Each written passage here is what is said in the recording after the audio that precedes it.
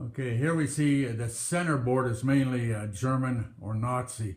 I like to use both words because, as I said, not all Germans were in favor of what Hitler was doing, and many of the German soldiers would not. They would fire their weapon, but they would purposely not kill Americans, and many of them were very ready to surrender because they wanted to be safe.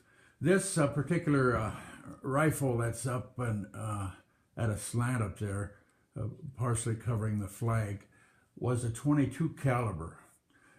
After World War I, the Germans were not allowed to build warfare weapons, but they could have 22 for sporting use. While being very devious and clever, they made that weapon exactly like the military ones, but it was just 22 caliber. So when they started gearing up for war, it was a small matter to just change the barrels, and they were ready for war. There's a German submachine gun up there at the top, a Luger, a broom handle, and then there's a flare pistol as well.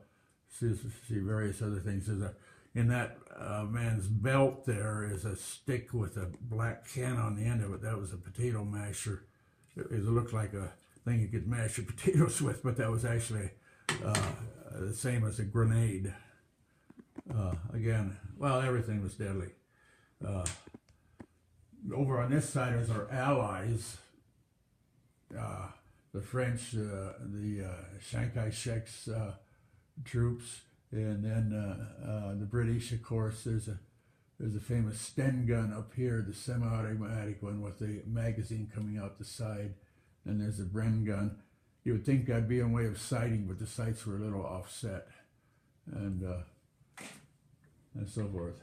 These posters are very, very moving, emotionally charged, to try and get people on the home front to support the war effort by buying bonds or working extra hard, so forth.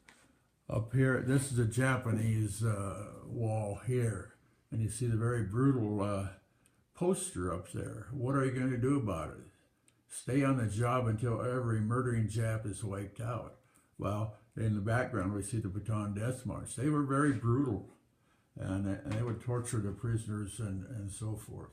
The Japanese flag was called a meatball flag, but this was also a signature flag. And nicknames, you know, even GI, I think American soldier, GI, that meant government issue. In other words, when you joined the service, you were the government's property.